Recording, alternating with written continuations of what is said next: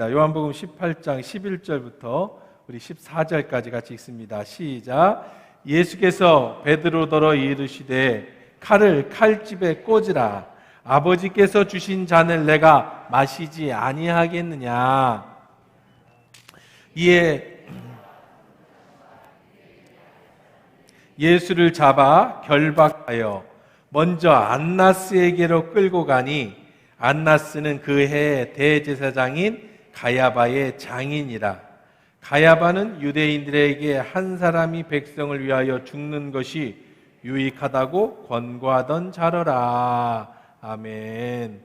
할렐루야. 좋으신 하나님, 이 시간에 주의 말씀 드리려고 합니다. 생명의 말씀이 온전히 들려지는 은혜의 시간 되게 허락해 주옵소서. 예수님의 이름으로 기도합니다. 아멘. 오늘 본문은 예수님이 체포당하시는 장면입니다. 다시 한번 12절 13절 읽어볼게요. 이에 군대와 천부장과 유대인의 아랫사람들이 예수를 잡아 결박하여 먼저 안나스에게로 끌고 가니 안나스는 그 해의 대제사장인 가야바의 장인이라. 군대와 천부장과 또 유대인의 아랫사람들이, 군대가 동원됐어요. 천부장, 1000명을 거스리는, 그러니까 대대장급입니다. 한 대대가 뭐예요?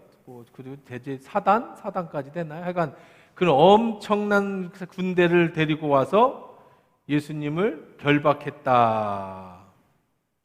하나님의 아들이 결박당했다. 하나님의 아들이 체포를 당했다. 전능하신 하나님이신 예수님이 체포를 당하신다. 그런 예수님이 한없이 무능해 보입니다. 이런 무능한 메시아가 어디 있어요? 이런 메시아가 어떻게 우리를 구한단 말입니까? 유대인들이 다 돌아섭니다. 불과 사흘 전에 예수님이 예루살렘에 입성하실 때에는 자기의 옷을 벗어서 예수님이 입성하시는 나귀의 발 아래 깔아주고 양손에 종려나무 가지를 흔들면서 호산나 다윗의 왕이여 찬송하리로다, 이렇게 예수님의 왕으로서의 입성을 환영하던 그 민중들이 딱 사흘 만에 민심이 완전히 돌아서는 그런 일이 벌어졌는데, 어떻게 사흘 만에 왕으로 오신 예수를 등 돌리는 사건이 벌어질 수 있었느냐? 바로 오늘 본문 읽은 이 본문 때문에 그래요. 메시아가 체포당하시다. 그들은 실망했습니다. 어떻게 메시아가 로마 군인에게 체포를 당하냐?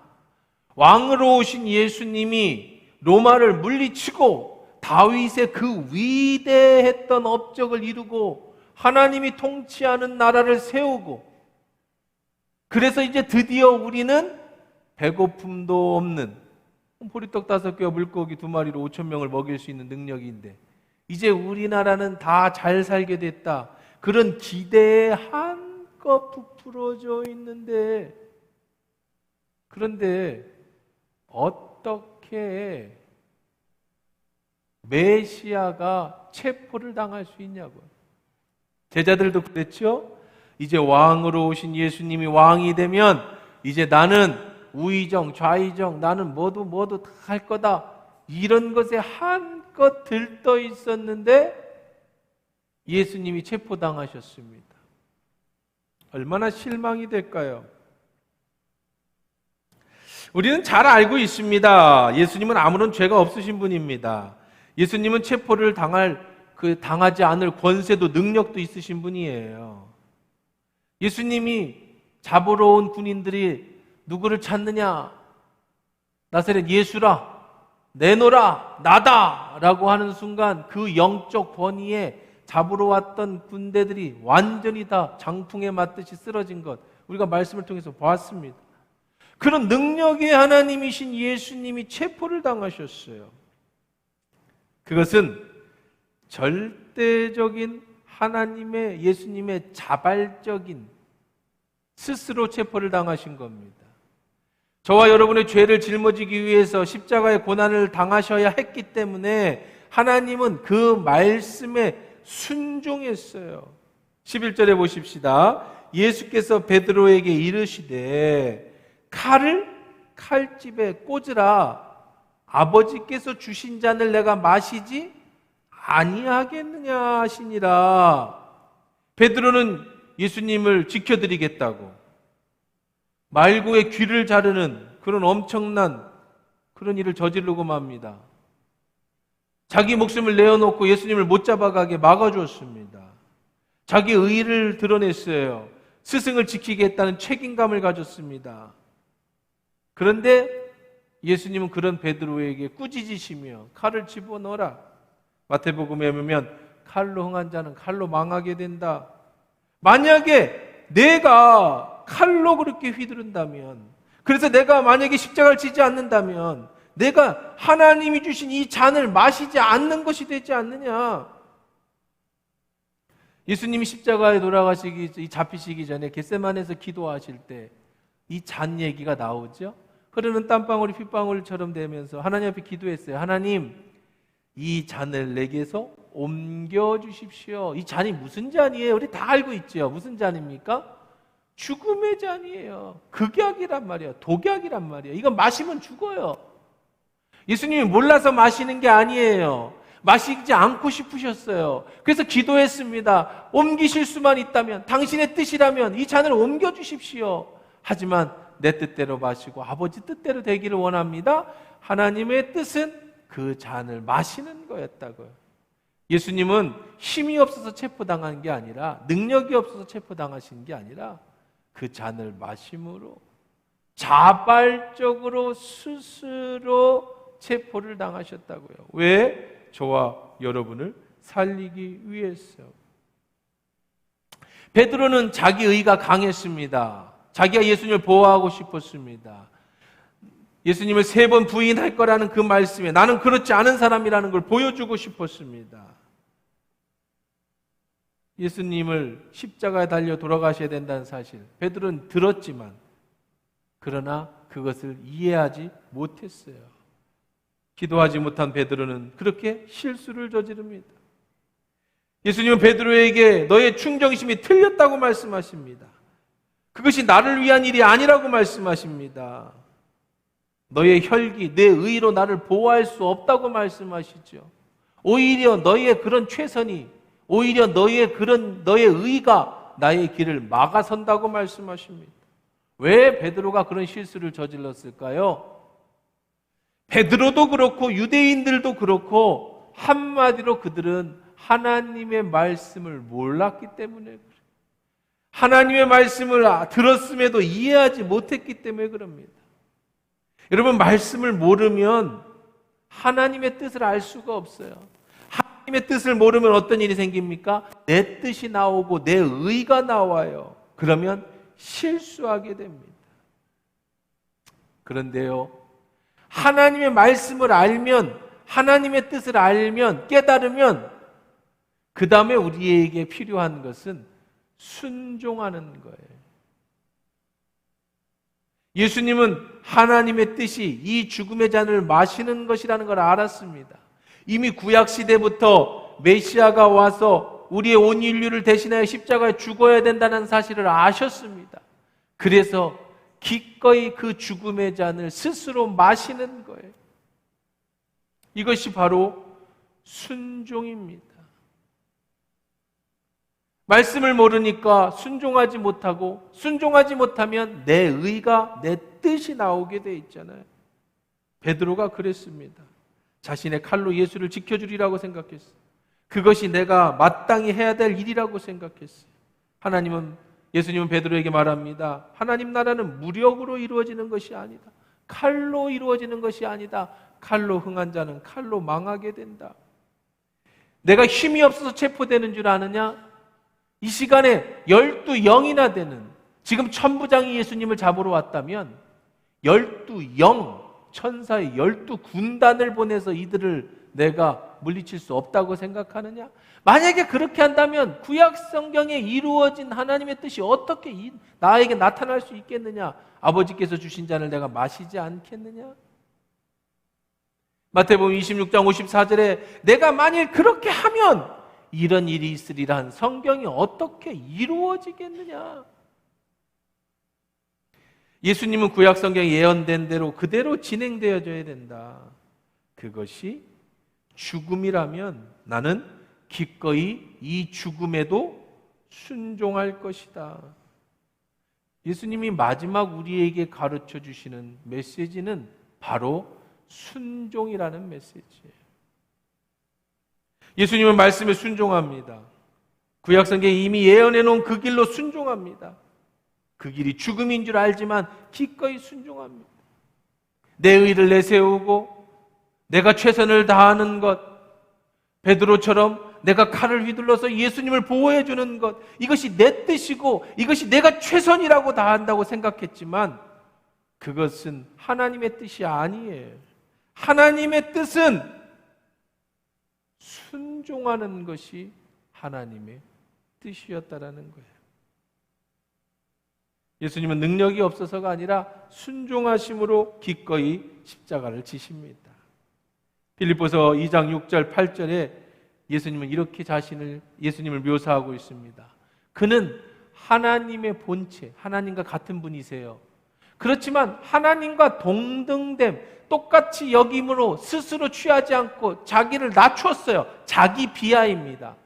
오히려 자기를 비워 종의 형체를 가지사 그런 하나님이 사람과 같이 되셨어요. 순종에 자기 비하입니다. 자기를 사람처럼 낮추셨어요. 종의 모습을 갖췄어요. 그것으로 끝마치는 게 아니라 죽기까지 복종하셨어요. 하나님께. 하나님과 동등된 분이셨는데 죽음으로 복종을 하시는 모습을 보여주셨다고요. 그분이 예수 그리스도세요. 예수님 하나님의 아들이시지만 기꺼이 그분 앞에 순종을 넘은 복종이에요. 순종은 고개를 숙이는 것이라고 한다면 복종은 배복이에요. 배를 바닥에다가 대는 거예요. 모든 것에 다 순종하는 것을 복종이라고 합니다. 아버지가 주신 잔을 마시지 않겠느냐? 예수님은 절대적으로 순종의 모범을 보여주신 분, 죽음의 잔을 마시는 것까지도 순종하신 분. 예수님이 이 땅에서 행하신 가장 큰 일은 바로 이렇게 순종의 모습을 보여주신 일이라는 거예요. 여러분, 공부는 우리가 얼마든지 할 수 있습니다. 성경 말씀은 얼마든지 읽을 수 있어요. 수십독도 할 수 있습니다. 제자 훈련도 할 수 있습니다. 성경 공부 열심히 할 수 있어요. 그런데요, 그 모든 것은 다 그 말씀을 듣고 말씀을 읽고 기도하고 5시간씩 기도하고 다 중요한데 그를 통해서 내게 주신 말씀에 순종할 때의 역사가 일어나는 것이지, 많이 알고 많이 기도하는 것, 그것으로 끝인다면 그 뒤에는 아무 열매가 없는 거예요. 유명한 성 프란시스코라는 그런 수도사가 있죠. 한 번은 성 프란시스코에게 한 사람이 제자로 받아달라고 찾아왔어요. 저를 제자로 써주십시오. 이력서를 보니까 너무 화려해요. 머리가 너무 좋습니다. 공부도 너무 많이 했어요. 똑똑합니다. 모든 것이 완벽합니다. 성 프란시스코가 이렇게 말합니다. 당신은 내 제자가 될 수 없습니다. 아니, 왜요? 제게 부족한 점이 있습니까? 아니요. 부족한 점이 있어서가 아니라 너무 완벽해서 내 제자가 될 수 없습니다. 당신은 모든 것이 완벽하기 때문에 배우려고 하는 의지를 찾아볼 수가 없어요. 더 이상 배울 게 없습니다. 무슨 소리입니까? 저는 당신의 성프란시스코죠, 스승님의 많은 이야기를 들었습니다. 그 밑에서 더 배우고 싶습니다. 제가 가진 지식에 당신의 그런 영성을 더 배우고 싶습니다. 그래요? 그러면 시험 문제를 내겠습니다. 저기 있는 배추밭이 있지요. 저 배추밭에 있는 배추를 전부 뽑으십시오. 그리고 거꾸로 심으십시오. 요즘 새로 나온 법칙이 농사를 거꾸로 짓는 법입니다. 내일 아침까지 다 해놓으세요. 이 청년은 고민이 됐어요. 무슨 얘기일까? 스승님이 무슨 말씀, 무슨 의도로 얘기하신 것일까? 내가 가진 지식을 다 거꾸로 빼라는 얘기일까? 아니면 배추에 대해서 나를 시험하시는 걸까? 밤새 고민을 합니다. 그렇다고 이걸 진짜로 다 캐라는 얘기는 아닐 텐데 배추를 거꾸로 심을 수는 없는 거잖아. 고민만 하다가 아침이 됐어. 성프란시스코를 만납니다. 스승님, 그 문제를 풀 수가 없습니다. 문제가 너무 어렵습니다. 선생님이 무슨 말씀을 하신 건지 제가 밤새 고민을 했지만 제가 알 수가 없었어요. 그래서 성프란시스코가 얘기합니다. 당신 내 제자가 될 수 없다는 거예요. 내가 낸 문제는 그냥 뽑아서 거꾸로 심으면 되는 거예요. 생각하지 말고 그냥 거꾸로 심으는, 당신에게 순종하는가 안 하는가, 내가 가르쳤을 때 당신이 배울 수 있는가를 보는 시험이었지 어떤 여기에 다른 건 아무것도 없어. 당신이 순종하는지 안 하는지는 아주 간단한, 그냥 갖다 심으면 아무 생각 없이 시키는 대로 순종하면 되는 거였는데 생각이 너무 많아. 그때 성프란시스코가 아주 유명한 말을 남깁니다. 진리는 당신의 판단을 모두 뒤집어 놓을 수 있습니다. 진리라는 것은 어쩌면 당신이 가지고 있는 모든 판단을 뒤집어 놓을 수도 있다는 겁니다. 내 아집이 꽉 차고, 내 생각이 꽉 차고, 내 이성이 꽉 차고, 내 가치관이 꽉 찬 사람은 하나님이 우리에게 주시는 말씀에 순종할 수가 없어요. 진리는 어쩌면 우리의 판단을 다 뒤집어 놓을 수가 있어요. 유대인들은 메시아가 나타나면 이제 우리나라를 평안하게 할 거라는 것을 진리처럼 여겼어요. 다윗의 그 메시아를 기다렸습니다. 그런데 그 메시아가 어떻게 체포를 당합니까? 어떻게 무력하게 끌려갑니까? 어떻게 무력하게 매를 맞습니까? 그래서 사람들은 다 등을 돌렸어. 우리가 잘못 생각했구나. 저 사람은 메시아가 아니다. 베드로는 어찌 내가 모시는 스승이 끌려가는데 가만히 두느냐? 내가 칼로 보호해 주리라. 그것이 틀렸습니다. 그것이 오히려 하나님의 일을 방해하는 일이 될 수 있어요. 우리가 그럼 할 수 있는 게 뭡니까? 아무것도 안 하는 것이 진리라는 겁니까? 아니에요. 아무것도 하지 말라는 것이 아니라 하나님 말씀 앞에 순종하라는 거예요. 하나님이 하지 말라 하면 하지 않는 거예요. 가지 말라 하면 가지 않는 거예요. 서라 하면 서는 거예요. 내 생각에는 지금 가야 하고, 내 생각에는 이렇게 돼야 되고, 내 생각에는 교회가 이래야 되고, 내 생각에는 목사님은 이래야 되고, 내 생각에는 성도는 이래야 되고, 내 생각에는 우리는 이렇게 살아야 되고, 내가 가지고 있는 모든 것이 진리가 아닐 수 있어요. 진리는 하나님 말씀이고 하나님의 명령이에요. 우리는 그 말씀 앞에 때로는 설 수도 있어야 돼요. 때로는 죽음의 잔을 마시도록 나아가기도 해야 되는 거예요. 이 모든 것은 말씀 앞에 순종할 때 역사가 일어나는 것이지, 말씀을 뛰어넘어서 내 의가 드러나면 그것은 하나님의 역사가 일어나지 않게 되는 겁니다. 진리는 다른 게 아닙니다. 진리는 순종입니다. 예수님은 지금 능력이 부족해서 잡혀가는 것이 아니라, 제자들이 보호받지 못해서 잡혀가는 것이 아니라 절대적으로 하나님 말씀에 순종하심으로 자발적으로 체포대항하시는 거라는 거예요. 그러면서 우리에게 가르쳐 주시는 거예요. 순종이 제사보다 낫다. 사실 우리의 신앙이 성장하지 못하는 이유는 말씀을 몰라서가 아니에요. 대부분은 다 말씀 앞에 순종하지 못해서입니다. 오히려 순종하지 않고 말씀을 많이 하는 사람은 오히려 그것이 그 사람을 교만하게 만들 수도 있어요.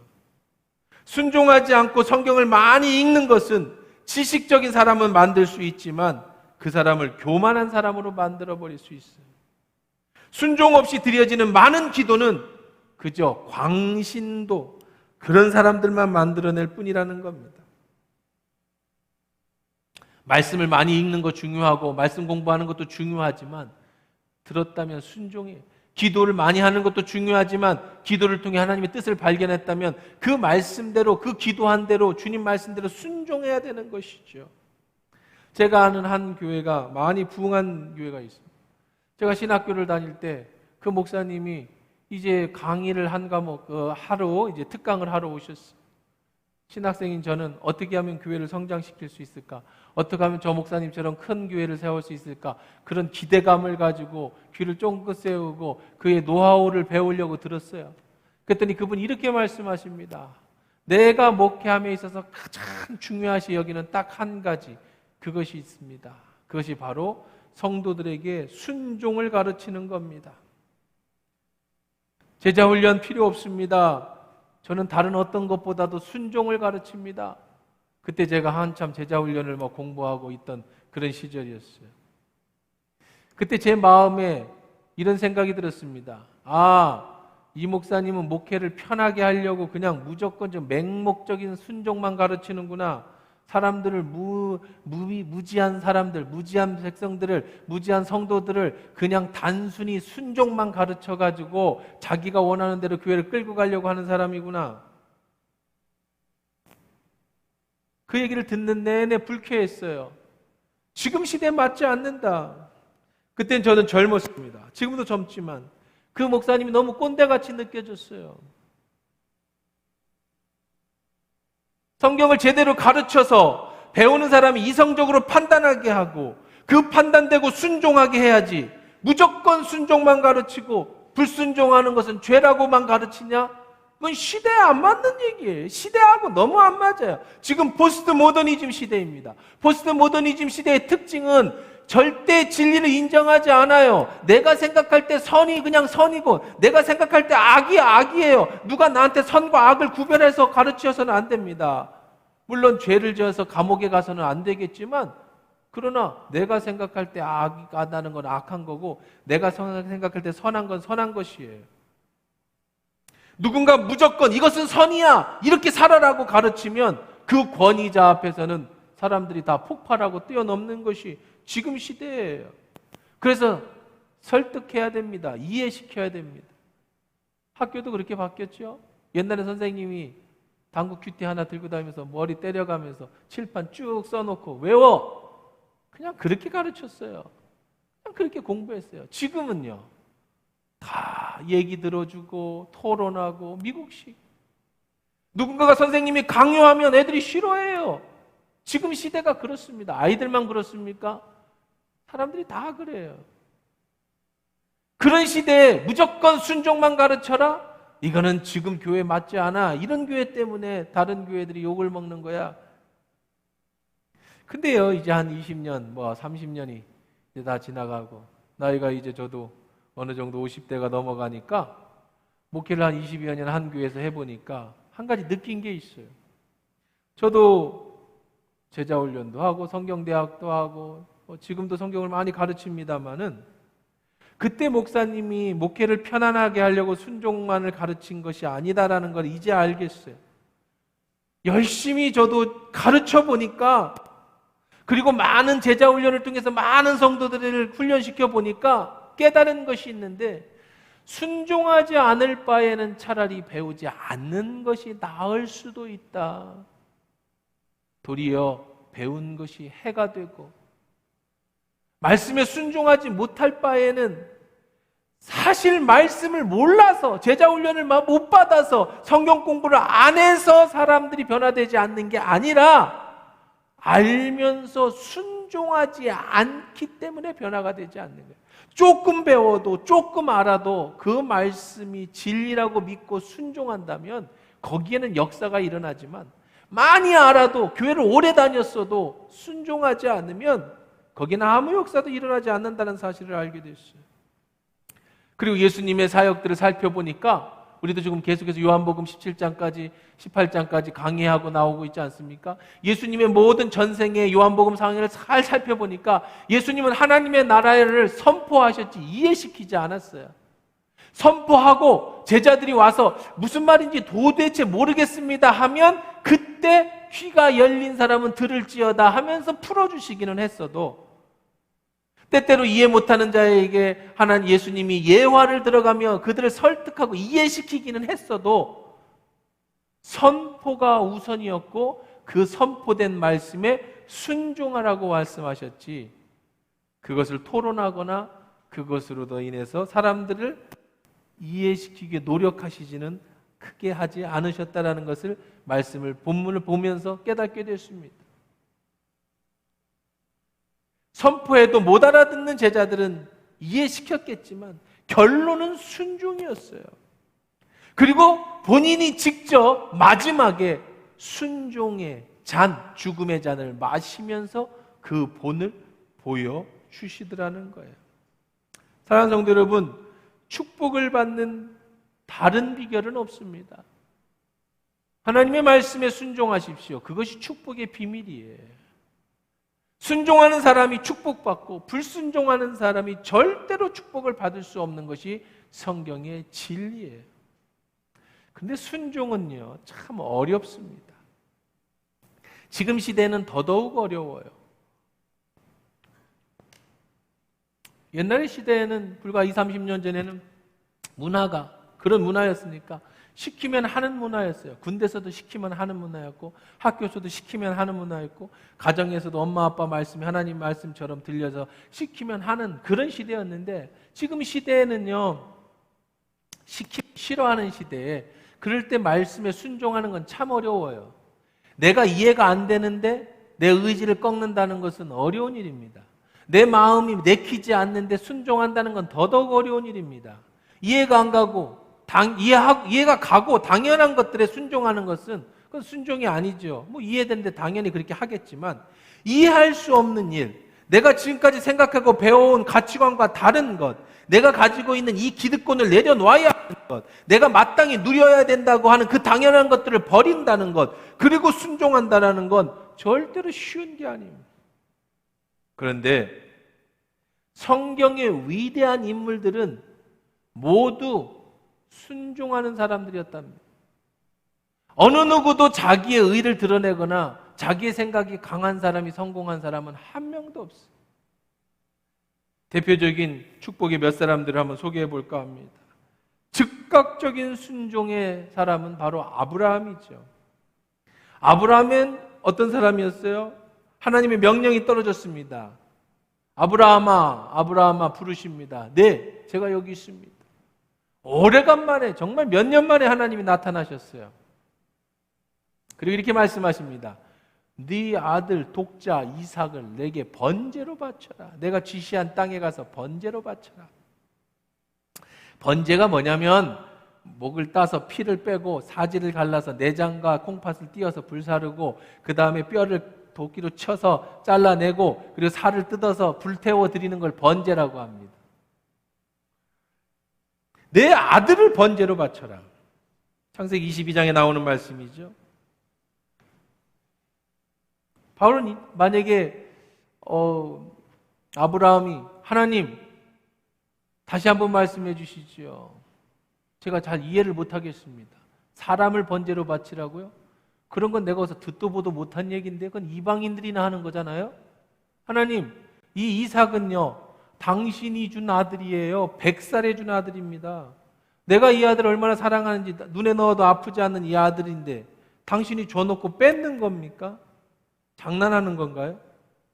항의하지 않았어요. 원망하지도 않았어요. 사라와 상의를 해보지도 않았습니다. 내 아들만 됩니까? 사라가 낳았는데. 사라와 여보, 하나님이 아들 이삭을 번제로 바치래. 순종해야 될까? 말하지 않았어요. 즉각적인 순종을 합니다. 우리가 잘하는 거 있죠? 기도해 보겠습니다. 기도해보지도 않았어요. 이것이 하나님의 뜻이라고 한다면 즉각적인 순종이. 아브라함은 이삭에게 떠나자. 어디 갑니까? 번제 드리러 간다. 다 큰 아들입니다. 아들 뒤에다가 이제 뗄 나무를 다 싣고 칼을 차고 불씨를 들고 떠납니다. 그리고는 단을 쌓은 후에 주저하지 않고 그 칼로 아들의 심장을 찌르려고 할 때 하늘에서 아브라함아, 아브라함아, 나는 너희의 순종을 보았다. 아브라함이 하나님을 믿었어요. 죽이라 하면 죽이는 하나님. 아브라함이 하나님을 믿음에 그를 의로 여기셨다. 순종할 때 그 순종이 믿음이고 그 믿음이 의예요. 마리아의 순종을 볼까요? 처녀 마리아, 수처녀입니다. 한 번도 남자를 상대해 본 적이 없는 그 마리아의 뱃속에 생명을 넣어주죠. 천사가 나타납니다. 지금 내 속에 아이를 낳을 것이다. 마리아는요, 요셉과 정혼한 상태였습니다. 만약에 처녀가 임신을 하면 돌에 맞아 죽어요. 파혼은 당연한 거죠. 그때 마리아는 이렇게 말합니다.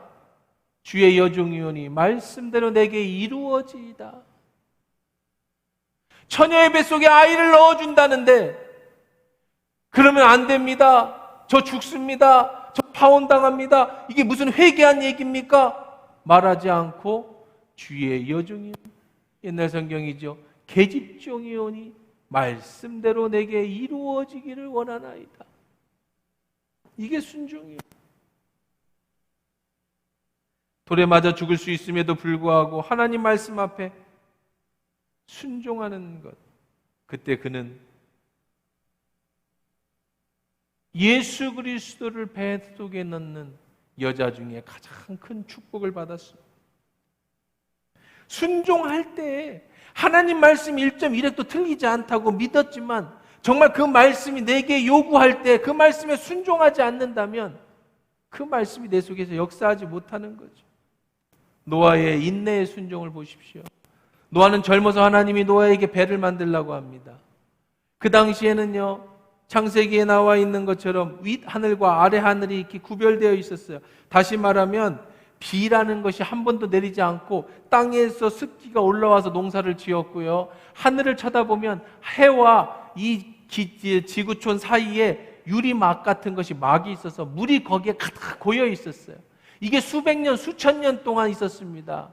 근데 하나님이 노아에게 말씀하시는 겁니다. 저 천장이 깨질 것이다. 저 물이 쏟아져 내릴 것이다. 그러니 너는 배 위에 물 위에 뜰 수 있는 배를 만들어라.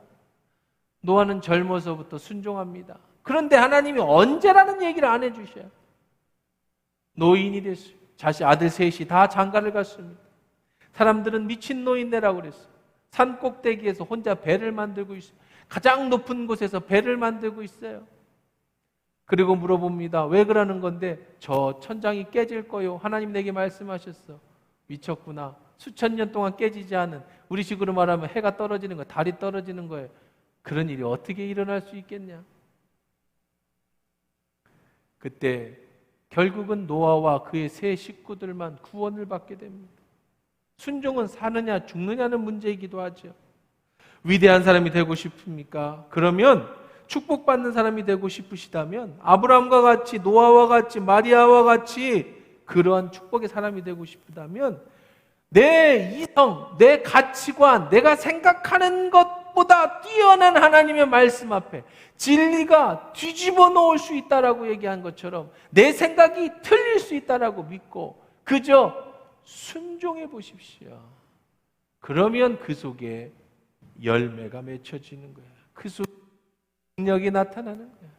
예수님이 마지막 우리에게 가르쳐 주신 것, 죽음의 잔을 마시는 순종이었죠.